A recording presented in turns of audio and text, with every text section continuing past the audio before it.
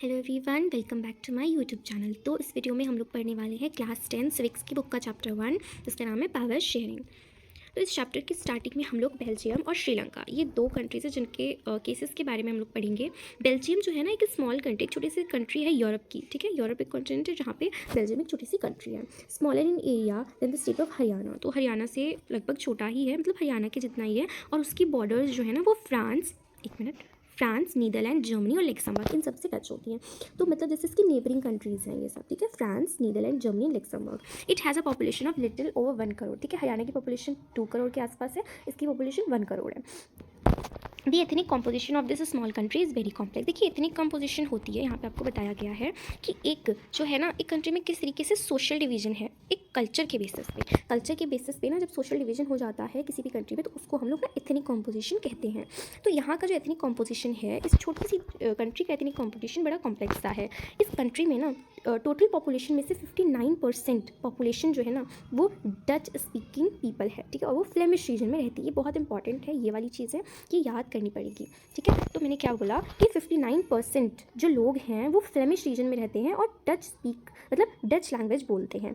बाकी बच्चे जो 40% लोग हैं वो वेलोनिया रीजन में रहते हैं और फ्रेंच लैंग्वेज बोलते हैं। ठीक है, ये हो गया 99%। बाकी बच्चे रिमेनिंग जो 1% हैं वो कौन है? वो जर्मन स्पीकिंग लोग हैं। ठीक है, तो ये चीज़ हम लोग मैप से समझते हैं। यहाँ पे ये बेल्जियम का मैप है, communities in the region of Belgium. ठीक है, देखिए। हाँ, तो इसको थोड़ा बड़ा कर लेते हैं। हाँ, तो ये जो येलो वाला पार्ट दिख रहा है ये, ठीक है, ये येलो वाला पार्ट, दो पार्ट में आपको डिवाइडेड दिख रहा है बेल्जियम। येलो वाला पार्ट जो है वो फ्लेमिश रीजन है, और फ्लेमिश रीजन में कौन से लोग होते हैं? डच स्पीकिंग पीपल रहते हैं। नीचे ये रेड वाला जो पार्ट है ये वेलोनिया रीजन है, और यहाँ पे फ्रेंच स्पीकिंग पीपल रहते हैं।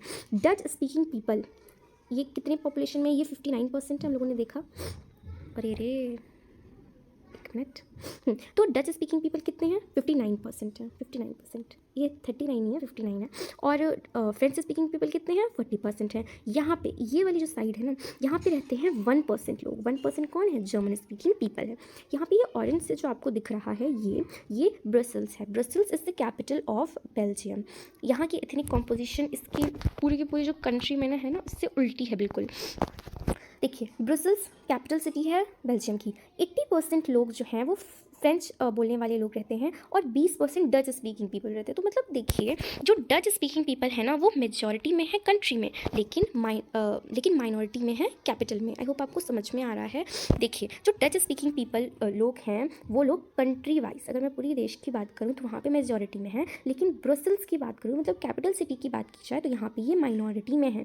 ठीक है, 20% लोग हैं, मतलब 20% डच स्पीकिंग लोग कहाँ हैं? जो कैपिटल सिटी मतलब ब्रसल्स में है, और 80% फ्रेंच स्पीकिंग पीपल जो है वो कैपिटल सिटी में है।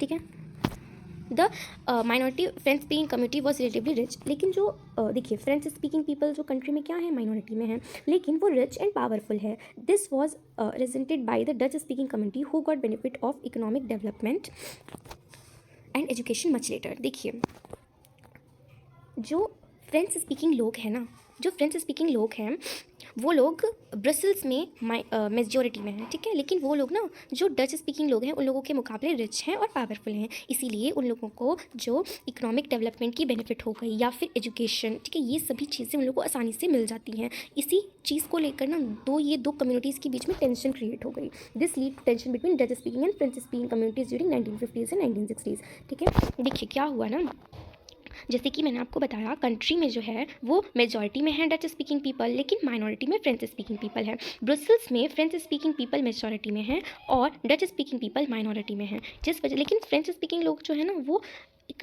जो है रिच है और पावरफुल है, जिसकी वजह से उन लोगों को बेनिफिट ज़्यादा मिलती है और अच्छे से मिल जाती थी। तो इस वजह से ये, और डच स्पीकिंग पीपल लोग कहते थे कि भाई हम तो मेजॉरिटी में हैं, लेकिन हमें तो ये सारी जो चीज़ें हैं वो मिलती ही नहीं है, मतलब हमें इन सब का राइट जो मिलता ही नहीं है। तो इस चीज़ ने ना टेंशन क्रिएट कर दी, और ये एक कन्फ्लिक्ट बन गया। कन्फ्लिक्ट, ठीक है, कन्फ्लिक्ट किस दो कम्युनिटीज़ के बीच में हुआ? फ्रेंच स्पीकिंग पीपल और डच स्पीकिंग पीपल के बीच में। अब ये दो कम्युनिटीज़ के बीच में ना क्या हो गई? टेंशन क्रिएट हो गई। The Dutch speaking people constitute a majority in the country but a minority in the capital. तो ये मैंने आपको बता दिया। ये थी बेल्जियम की स्टोरी। अब बात करते हैं Sri Lanka.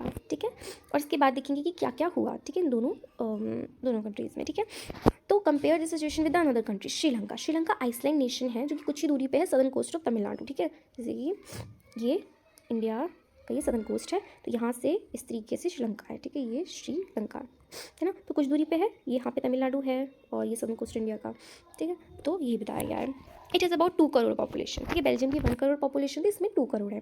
About same as Haryana, like other nation South Asia region, Sri Lanka has a diverse population. तो श्रीलंका में भी ना डाइवर्स पॉपुलेशन है। यहाँ पे किस तरीके से सोशल ग्रुप्स डिवाइडेड है देखिए। सिन्हाला स्पीकर 74% है और तमिल स्पीकर 18%। ये याद कर लीजिए, this is very very important. Sinhala speakers देखिए मेजॉरिटी में है, पर्सन से पता चल रहा है, मतलब इनकी पॉपुलेशन से पता लग रहा है। और तमिल स्पीकर्स कितने हैं, 18% हैं। अब ये तमिल स्पीकर्स जो हैं उनको 2 आप लोग कैटेगरीज में डाल सकते हैं। एक देखिए, तमिल स्पीकर्स जो हैं वो हैं श्रीलंकन तमिल्स हैं, और एक हैं इंडियन तमिल्स, ठीक है। ये 2 कैटेगरीज हैं तमिल स्पीकर्स की। अब ये दोनों क्या हैं, देखिए Tamil natives of the country, देखिए जो कंट्री के नेटिव हैं, मतलब जो लोग वहाँ पे रहते आते हैं लेकिन वो लोग तमिल लैंग्वेज को बोलते हैं, उन्हें क्या बोला जाता है, श्रीलंकन तमिल्स। तो 18% में से 13% श्रीलंकन तमिल्स हैं।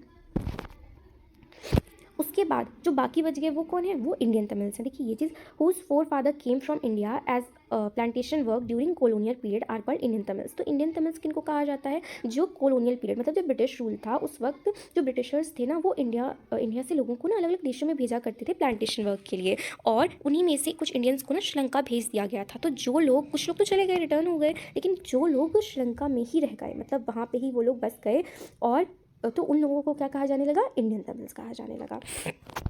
अब आप लोग मैप में यहाँ पे ये चीज़ देख सकते हैं, ठीक है। ये श्रीलंका का मैप है।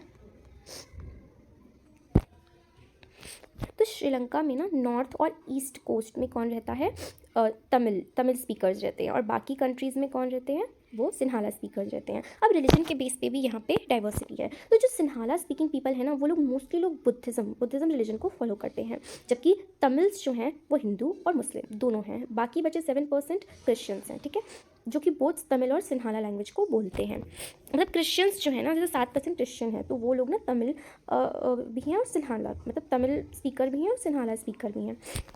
देखिए इस मैप में, देखिए ये मैप है श्रीलंका का।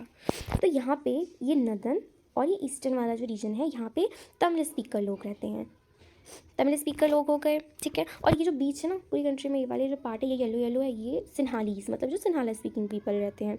ऑरेंज वाले में श्रीलंकन, ये नदन और ईस्टर्न में बेसिकली तमिल स्पीकर्स रहते हैं, श्रीलंकन तमिल रहते हैं। और ये वाला जो ये यहाँ पे इंडियन तमिल है, और यहाँ पे आपको जो ये पिंक कलर की डॉट दिख रही है ना, ये सब ये मुस्लिम लोग रहते हैं यहाँ पे। तो ये थी यहाँ की कॉम्पोजिशन। अब यहाँ पे सिन्हालीज जो है ना, वो जाहिर सी बात है कि मेजॉरिटी में है कंट्री में सिन्हाला स्पीकर्स, और तमिल स्पीकर्स माइनॉरिटी में है, तो यहाँ से कन्फ्लिक्ट हो गया। Just imagine what could happen in situation like Belgium. तो बेल्जियम में भी क्या हो गई, टेंशन क्रिएट हो गई, और श्रीलंका में भी टेंशन क्रिएट हो गई। अब दोनों ने किस तरीके से सॉल्व करी इस टेंशन को, देखिए Dutch speaking community could take advantages of numeric majority force it will on the French and German speaking people, this would push the conflict among communities further. तो देखिए इन दोनों ही कम्युनिटीज़ में यहाँ पे ये बताया गया है कि दोनों ही कम्युनिटीज़ में टेंशन क्रिएट हो गई। तो दोनों ने किस तरीके से फेस किया, किस तरीके से लॉज बनाए गए, जिससे कि दोनों कम्युनिटी, तो बेल्जियम ने पावर शेयरिंग की, ठीक है, बेल्जियम ने क्या की, पावर शेयरिंग की। श्रीलंका ने मेजॉरिटिज्म को अपनाया। मेजॉरिटिज्म यहीं पढ़ने वाले हैं, मेजॉरिटिज्म ये क्या होता है, देखिए अब believe that the majority community should be able to rule a country in which ever way it wants by disregarding the wishes and needs of the minority. देखिए मेजॉरिटिज्म एक प्रैक्टिस होती है जिसमें जो मेजॉरिटी में लोग होते हैं ना वो अपने तरीके से लॉज को बनाते हैं और रूल करते हैं कंट्री को, ठीक है, लॉज बनाते हैं और अपनी तरीके से रूल करते हैं कंट्री को, मतलब बस अपने बारे में सोचते हैं जो मेजॉरिटी में लोग होते हैं। Disregarding the wishes and needs of minority, मतलब माइनॉरिटी के जो लोग होते हैं उनकी विशेस, उनकी नीड्स को नहीं देखते, उनको डिसरिगार्ड कर देते हैं, इसी को मेजॉरिटीनिज्म कहा जाता है। तो क्या हुआ, श्रीलंका को इंडिपेंडेंस मिली 1948 में, ठीक है, हमारे इंडिपेंडेंस के 1 साल बाद श्रीलंका को भी इंडिपेंडेंस मिल गई। Leaders of Sinhala community should sort to secure dominance over the government. तो सिन्हाला कम्युनिटी जो थी ना उसको डोमिनेंस मिल गई, ठीक है, मतलब गवर्नमेंट उन लोगों ने बना ली, और इसका रिजल्ट क्या हुआ कि उन लोगों ने मेजॉरिटिज्म को इस्टेब्लिश कर दिया। Majoritarianism measures to establish Sinhala supremacy. Majoritarianism जाहिर सी बात है, मेजॉरिटी में कौन थी, सिन्हाला स्पीकर्स थे, तो उन लोगों ने मेजॉरिटिज्म को प्रैक्टिस किया। क्या किया, 1956 में एक्ट पास हुआ जिसके तहत रिकॉग्नाइज कर दिया गया Sinhala as the only official language thus disregarding Tamil. 1956 के एक्ट जो है वहाँ पे पास करा गया था जिसमें सिन्हाला को ना ऑफिशियल ओनली ऑफिशियल लैंग्वेज बताया गया था, लेकिन तमिल को जो है डिसरिगार्ड कर दिया गया था। इसका क्या मतलब है? तो इसके तहत जो एक्ट था ना वो ये कहता था कि भाई सिन्हाला ही केवल और केवल ऑफिशियल लैंग्वेज है, तमिल को मतलब डिसरिगार्ड कर दिया गया। जैसे कि अब तमिल स्पीकर्स को ये बात बिल्कुल अच्छी नहीं लगी। गवर्नमेंट ने दूसरी चीज़ क्या हुई, ठीक है, पॉलिसीज़ बनाई गई थी। और देखिए, और new constitution stipulated that the state shall protect the foster Buddhism. जो सिन्हाला स्पीकर्स थे वो कौन से रिलीजन को फॉलो करते थे? बुद्धिज्म रिलीजन को। तो जो कॉन्स्टिट्यूशन था उसने प्रोटेक्ट कर रहा था वो फोस्टर बुद्धिज्म को, मतलब जो बाकी बच्चे थे जो हिंदू रिलीजन को मानते थे, जो मुस्लिम रिलीजन को मानते थे, बाकी बच्चे क्रिश्चियंस, इन लोगों को डिसरिगार्ड किया गया था। तो यहाँ पे भी मेजोरिटीनिज्म फॉलो हुई थी। All these government measures coming one after the other gradually increase the feeling of alienation among the Sri Lankan Tamil. तो ये बात उन लोगों को, मतलब जो तमिल स्पीकर्स थे, तो मतलब बाकी जो लोग थे ना उन लोग को ये अच्छी नहीं लग रही थी कि भाई केवल और केवल सुप्रीमेसी किसकी हो रही है? सिन्हाला स्पीकर्स की ही हो रही है। और देखिए यहाँ पे क्या हुआ था कि केवल और केवल सिन्हाला को ऑफिशियल लैंग्वेज बना दिया गया। उसके बाद से बुद्धिज़्म, फोस्टर बुद्धिज़्म को कॉन्स्टिट्यूशन प्रोटेक्ट कर रहा था। जो जितनी भी ना लैंग्वेज और कल्चर के बेसिस पे ना बहुत ज़्यादा ही यहाँ पे क्या हो रहा था, सिर्फ एक ही सिन्हाला, जैसे सिन्हाला लैंग्वेज को सपोर्ट किया जा रहा था, ठीक है। और उसके बाद से क्या हुआ, बुद्धिज़्म को ही केवल प्रोटेक्ट कर रहे थे। बाकी जो लोग थे देश में उन लोगों को ये बात अच्छी नहीं लग रही थी।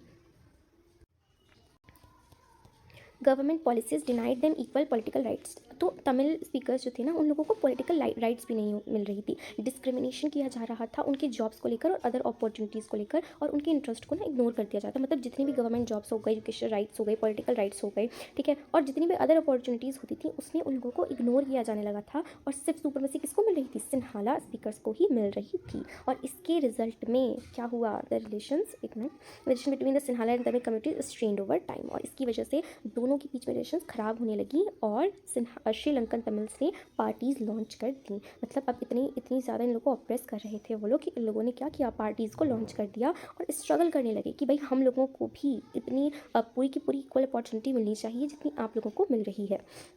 तो क्या किया उन लोगों ने, तो श्रीलंकन तमिल्स ने पार्टीज़ लॉन्च करी और स्ट्रगल करने लगे किसके अगेंस्ट? जो सिन्हाली स्पीकर्स थे। क्या क्या डिमांड्स थी उनकी डिमांड्स थी कि Tamil as an official language. पहली चीज़ तो उन्होंने कही कि तमिल को भी ऑफिशियल लैंग्वेज कहना चाहिए। जैसे इंडिया है तो इंडिया की कोई ऑफिशियल लैंग्वेज नहीं है, नहीं, इंडिया की कोई नेशनल लैंग्वेज नहीं है, ऑफिशियल लैंग्वेज है हिंदी और इंग्लिश, ठीक है। तो दोनों को सुपरमेसी दी गई है। लेकिन यहाँ पे क्या हुआ था, ऑफिशियल लैंग्वेज केवल किसको बनाई गई थी? सिन्हाला को बनाई गई थी।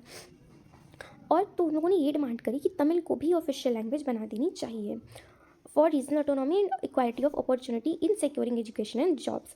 उन लोगों ने ये डिमांड करी कि हमको रीजनल ऑटोनॉमी मिलनी चाहिए और इक्वालिटी, मतलब उन लोगों के साथ डिस्क्रिमिनेशन हो रही थी वो चीज़ नहीं होनी चाहिए। और जॉब्स में ना, जॉब्स हो गई, एजुकेशन हो गया, पॉलिटिकल राइट्स हो गए, इन सब में उन लोगों को भी इक्वल अपॉर्चुनिटी मिलनी चाहिए। But they demand for more autonomy to provinces populated by the Tamils were repeatedly denied। उनकी इन सभी चीज़ों को, जितनी भी डिमांड्स थी ना, उन सबको डिनाई कर दिया कॉन्स्टिट्यूशन ने। मतलब एक भी डिमांड को उन लोगों ने नहीं माना। इसके बाद जब इतनी सारी चीज़ें कहने के बाद भी उन लोगों की डिमांड्स को फुलफिल नहीं किया गया तो उन लोगों ने ना इंडिपेंडेंट तमिल इल्म का मतलब होता है स्टेट, इसकी डिमांड की।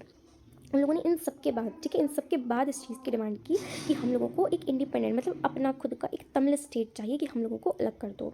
वो लोग कौन सा रीज़न मांग रहे थे? देखिए, हम लोगों ने देखा था कि नदन और ईस्टर्न पार्ट जो थे उसमें तमिल स्पीकर्स लोग रहते थे। तो वो लोग मान रहे थे ना कि वो लोग ये बोल रहे थे कि हम लोग को इस पार्ट में, इस वाले पार्ट में आप हम लोगों को एक अपना स्टेट दे दीजिए जिसमें हम लोग अपनी गवर्नमेंट बनाएंगे और अपने हिसाब से रूल होगा उसमें, ठीक है। तो उन लोग ये मान रहे थे, northern and eastern part of Sri Lanka में वो लोग डिमांड कर रहे थे। अब ये डिस्प्यूट राइज हो गया क्योंकि गवर्नमेंट इस चीज़ को मानने के तैयार नहीं थी। तो ये हो गया एक सिविल वॉर, यहाँ पे हो गया सिविल वॉर। देखिए सिविल वॉर क्या होता है, अ violent conflict between opposing groups with in a country. एक कंट्री के अंदर अंदर दो कम्युनिटीज़, ठीक है, एक कम्युनिटी दूसरी कम्युनिटी, ये एक ही कंट्री के अंदर है और उन दोनों के बीच में जब कन्फ्लिक्ट अराइज हो जाए, इसी को कहते हैं सिविल वॉर। ये बहुत बुरी चीज़ होती है किसी भी कंट्री के लिए, क्योंकि इसमें लॉस सिर्फ दोनों कम्युनिटीज़ का लॉस होता है और कुछ भी नहीं होता। अब इसके रिजल्ट में क्या हुआ, जब सिविल वॉर हो गया तो इसमें थाउजेंड्स ऑफ लोग मारे गए थे। थाउजेंड ऑफ लोग दोनों कम्युनिटी के मारे गए थे। बहुत सारी फैमिली को फोर्स किया जाने लगा था leave the country as refugees, घर बार छोड़ के मतलब जाने के लिए कहा गया था। बहुत सारे लोगों ने अपने लाइवलीहुड्स को भी खो दिया था। श्रीलंका में उसके बाद से हाँ, तो इन सभी चीज़ों से सिविल वॉर की वजह से क्या हुआ, वहाँ की इकोनॉमिक डेवलपमेंट, एजुकेशन, हेल्थ बहुत ख़राब हो गई थी। और सिविल वॉर जो है ना, इसने टेबल सीटबैक कॉज कर दिया था। Social, culture, economic life totally disturb हो गई थी। और ये एंड हुई थी 2009 के टाइम पे। फाइनली 2009 में एंड हो गई थी बहुत सारे लॉस के साथ। तो श्रीलंका में बहुत सारा लॉस हुआ था। क्यों? क्योंकि उन लोगों ने पावर शेयर नहीं की, उन लोगों ने मेजॉरिटेरिज्म को अपनाया था। बेल्जियम में देखिए अकोमोडेशन हुई थी बेसिकली। अब पावर को शेयर कर दिया गया था बेल्जियम में कॉन्स्टिट्यूशन में 4 बार बदलाव आए थे कि हम लोग अच्छी तरीके से सभी में पावर शेयर करके और कंट्री को चला सकें।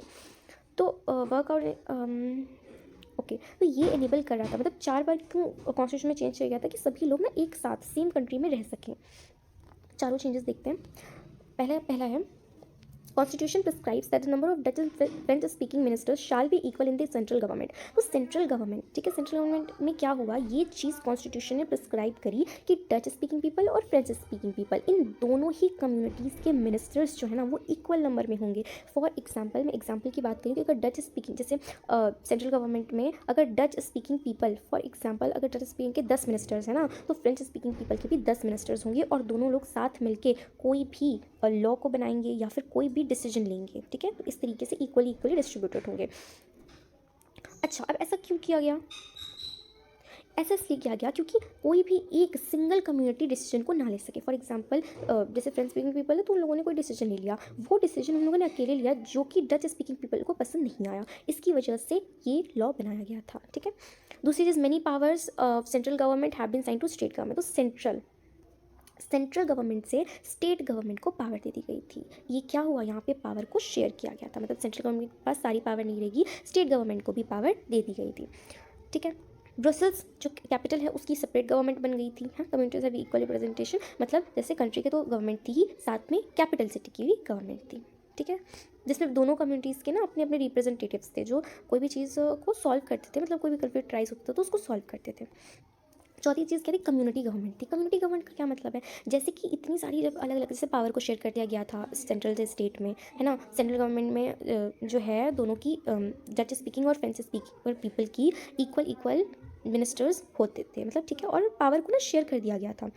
बेल्जियम की अपनी गवर्नमेंट हो गई थी, ठीक है। तो कम्युनिटी गवर्नमेंट का क्या मतलब है कि जैसे डच स्पीकिंग पीपल है, फ्रेंच स्पीकिंग पीपल है, जर्मन स्पीकिंग पीपल है, इन लोग की अपनी अपनी भी एक लैंग्वेज के बेसिस पे भी ना एक गवर्नमेंट को बनाया गया था। जैसे कि अगर डच स्पीकिंग, इन लोगों की कोई भी प्रॉब्लम अराइज होती है तो वो डच स्पीकिंग पीपल के जो भी मेन लोग होंगे वो उस चीज़ को शेयर करेंगे, मतलब लैंग्वेज के बेसिस पे भी गवर्नमेंट को बनाया गया था। सिंपल सी चीज़ है, this government has the power regarding culture, education and language related issue. तो इन सबसे रिलेटेड इशू को ये गवर्नमेंट को सॉल्व करती थी, ठीक है। बेल्जियम ने ये सब चीज़ें करी जिसकी वजह से जो लोग हैं ना वो वहाँ पे बहुत ही अच्छी तरीके से रहने लगे। और इस एग्रीमेंट की वजह से ना लोग बहुत ही अच्छे से काम भी करते थे, सबको इक्वल अपॉर्चुनिटीज़ में मिलती थी और यहाँ पे सिविल वॉर जैसी नौबत नहीं आई। और इसकी वजह से देखिए ये चीज़ बहुत इंपॉर्टेंट है, ये पूछी गई थी, when many countries of Europe came together to form European Union, Brussels पर चूजन एज हेडक्वार्टर। तो बहुत ही शांति सी जगह, बहुत ही पीस हो गई थी उस कंट्री में कि जब बहुत सारी कंट्री यूरोप की साथ में आई कि भाई यूरोपियन यूनियन कौन सी जगह को बनाया जाए, तो ब्रुसेल्स को हेडक्वार्टर की तरह चूज़ किया गया था। तो ये क्वेश्चन पूछा जाता है, वेरी वेरी इंपॉर्टेंट। तो देखा आप लोगों ने कि किस तरीके से बेल्जियम में पावर शेयरिंग हुई तो वहाँ कितनी पीस हो गई, लेकिन सिमिलरली श्रीलंका में मेजॉरिटीरिज्म को प्रैक्टिस किया गया था जिसकी वजह से क्या हुआ, वहाँ पे सिविल वॉर की नौबत आ गई। देखिए सिविल वॉर ना किसी भी कंट्री के लिए ना बहुत ही ख़राब चीज़ होती है। अगर सिविल वॉर है, दो कम्युनिटीज़ के बीच में अगर एक ही देश में लड़ाई हो रही है तो उससे क्या होता है, दोनों ही कम्युनिटीज़ का लॉस होता है, किसी का भी फ़ायदा नहीं होता। बहुत से लोग मारे जाते हैं, रिफ्यूजीज़ बन जाते हैं, लोगों को कंट्री को छोड़ने के लिए मजबूर किया जाता है। और उस कंट्री की ना वो ओवरऑल कंट्री जो है उसमें दो कम्युनिटीज़ के बीच में लड़ाई हुई तो उसकी सोशल कल्चर इकोनॉमिक लाइफ जो है ना वो बहुत ज़्यादा डिस्टर्ब हो जाती है, तो किसी को भी फ़ायदा नहीं होता है। तो ये इसमें हम लोगों ने मेजॉरिटिज्म और अकोमोडेशन के बारे में पढ़ा। नेक्स्ट वीडियो में, तो ये लंबी हो जाएगी वीडियो, आज ऑल फॉर 23 मिनट्स हो गए, तो हम लोग ना नेक्स्ट वीडियो में डिज़ायरेबल क्यों है पावर शेयरिंग और फॉर्म्स ऑफ पावर शेयरिंग को पढ़ेंगे, ठीक है। ये दोनों भी इजी टॉपिक हैं तो उसको भी हम लोग कवर कर लेंगे। तो लाइक शेयर सब्सक्राइब करिएगा, थैंक यू।